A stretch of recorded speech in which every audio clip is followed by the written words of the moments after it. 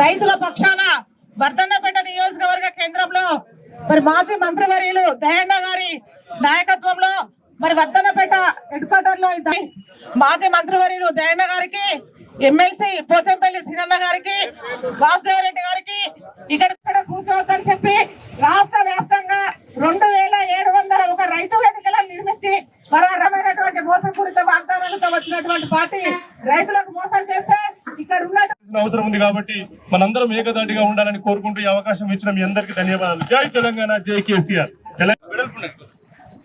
జై తెలంగాణ. రేవంత్ రెడ్డి గారు మోసం చేశాడు.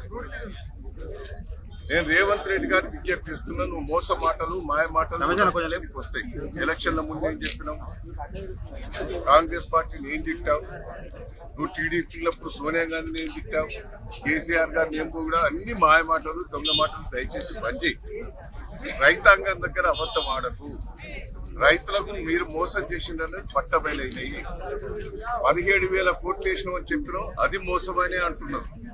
మీ మీ పొంగేటే అంటాడు 7,000 కోట్లు వేసినామని, బట్టి ఇంకా వేయలేదు, బ్యాంకుల దగ్గరనే ఉన్నాయి అంటారు. అన్ని ఆగస్టు 15వ తారీఖు నాడు చేయకపోతే దేవుళ్ళ మీద ప్రమాణం చేసాం, అది మోసం చేశాం. ఇది మోసం బయటపడ్డది. దేవుళ్ళను క్షమించు, రైతాంగాన్ని క్షమించండి, పొరపాటు జరిగింది, తప్పైంది అని తలకాయ ఉంచి నమస్కారం పెట్టు మొదలు రైతాంగానికి, దేవుళ్ళకు. ఇప్పటికైనా 36,000 కోట్లు రిలీజ్ చేయి. ఇచ్చింది 17,000 కోట్లే, ఇంకా 20,000 కోట్లు పడాలి. మోసం చేశావా? ఎలక్షన్ల ముందు 43,000 కోట్లు కావాలన్నావు, వేస్తా అన్నావు. 6 గ్యారెంటీలు చేస్తా అన్నావు. ఆగస్టు 15వ తారీఖు పార్లమెంట్ ఎన్నికల తర్వాత చేస్తా అన్నావు. 6 గ్యారెంటీలు చేస్తాను, చేయకు. నీ 6 గ్యారెంటీలు పక్కకు పెట్టు. రుణమాఫీ అయినా సరిగ్గా నువ్వు చేయకపోతే, నువ్వు రుణమాఫీ కోసం 26,000 కోట్లు బడ్జెట్ పెట్టావు. 36,000 కోట్లు అదో మోసం.